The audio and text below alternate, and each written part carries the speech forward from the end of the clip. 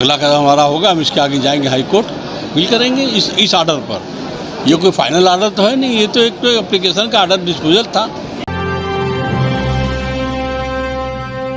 नमस्कार, आदाब। नई खबर, नया मोड़। ज्ञानवापी केस सब बिक गए। अदालत के फैसले के बाद बोले मुस्लिम पक्ष के वकील। आर्डर था, आर्डर 711 पर था कि अब ये केस प्रोसीडिंग नहीं है, यहाँ नहीं सुना जाएगा, यहाँ इसका विचार नहीं किया जा सकता।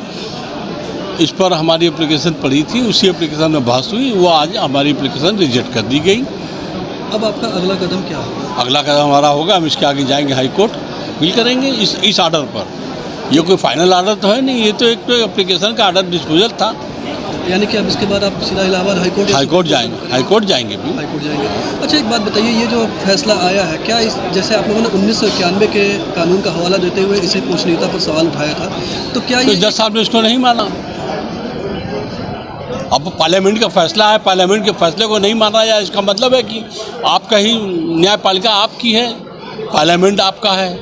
आप पार्लियामेंट में बनाएंगे, आर्डर बनाएंगे, कॉन्स्टिट्यूशन पास करेंगे, उसके बाद कह देंगे नहीं हम नहीं मानेंगे, अब सब लोग बिक जाओ हमारे हाथ।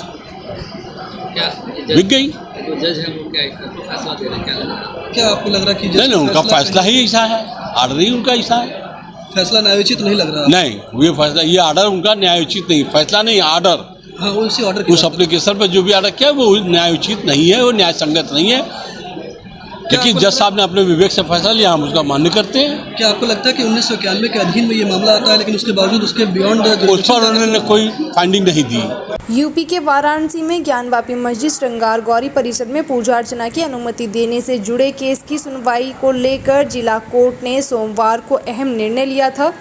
कोर्ट ने श्रृंगार गौरी में पूजा के अधिकार की मांग को लेकर दायरा याचिका को सुनवाई के योग्य माना है। इस निर्णय को हिंदू पक्ष में माना जा रहा है। हालांकि मुस्लिम पक्ष के वकील ने नाराजगी जताई है। मुस्लिम पक्ष ने कहा कि वो इस मामले को लेकर हाईकोर्ट जाएंगे और आदेश को चुनौती देंगे। उन्होंने ये भी कहा सब लोग बिक गए हैं। वाराणसी के श्रृंगार गौरी मंदिर में पूजा की मांग करने वाली याचिकाओं को स्वीकार करने के अदालती आदेश पर जिस तरह बीजेपी और उससे जुड़े संगठनों की प्रतिक्रिया आ रही है वो काफ़ी चौंकाने वाली है। इस संबंध में यूपी के डिप्टी सीएम केशव प्रसाद मौर्य के ब्रजेश पाठक की प्रतिक्रिया देखने लायक है। हालांकि सोमवार 12 सितंबर को अदालत को सिर्फ ये तय करना था कि वो हिंदू पक्ष की याचिका पर सुनवाई करेगा या नहीं, लेकिन इस खबर को पूरे देश में बड़ा चढ़ाकर पेश किया जा रहा है। यही वजह है कि यूपी के तमाम शहरों में हिंदू संगठनों की ओर से खुशियां मनाई जा रही हैं। ऐसा लग रहा है कि आज कोई निर्णायक फैसला आ गया है। इस सारे मामले में सबसे महत्वपूर्ण ये है कि अदालत ने प्लेसेस ऑफ वर्शिप एक्ट 1991 का बिना कोई संदर्भ लिए इस याचिका को स्वीकार किया है, जबकि प्लेसेस ऑफ वर्शिप एक्ट 1991 में कहा गया था कि सिर्फ अयोध्या मसले को छोड़कर 1947 में भारत में जिस धार्मिक स्थल की जो भी स्थिति थी उसे बरकरार रखा जाएगा। यूपी के दूसरे डिप्टी सीएम ब्रजेश पाठक के बयान को तमाम समाचार एजेंसियों ने जारी किया है। पाठक ने कहा, हम माननीय न्यायालय के निर्णय का सम्मान करते हैं। मेरे पास कई फोन आ रहे हैं, सबका कहना है कि माननीय न्यायालय ने बहुत अच्छा निर्णय लिया है। प्रदेश में खुशी की लहर है। प्रदेश में कानून व्यवस्था की स्थिति को और मजबूत करेंगे। ब्रजेश पाठक का बयान देखने से सामान्य बयान जैसा लगता है, लेकिन उन्होंने बीच में जो बात कही है कि उनके पास कोई फोन आ रहा है कि कोर्ट ने अच्छा निर्णय लिया है, प्रदेश में खुशी की लहर है, ये लाइनें किस इरादे से यूपी सरकार के एक जिम्मेदार मंत्री ने बोली है उसे समझा जा सकता है। यूपी के डिप्टी सीएम केशव प्रसाद मौर्य ने सोमवार को 3 ट्वीट किए। उन्होंने एक ट्वीट तो पिन भी किया। मौर्य ने लिखा है कि करवट लेती मथुरा काशी।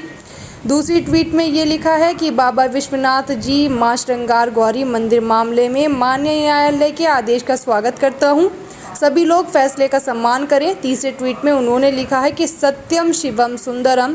केशव प्रसाद मौर्य के इस ट्वीट करवट लेती मथुरा काशी के पीछे वो क्या कहना चाहते हैं वो स्पष्ट है। अंजुमन इंतजामिया कमेटी के वकील ने कहा कि विरोधी पक्ष की याचिका सुने जाने योग्य नहीं थी, इसके बावजूद निचली अदालत ने उसे स्वीकार किया है। हम इसे ऊपरी अदालत में चुनौती देंगे।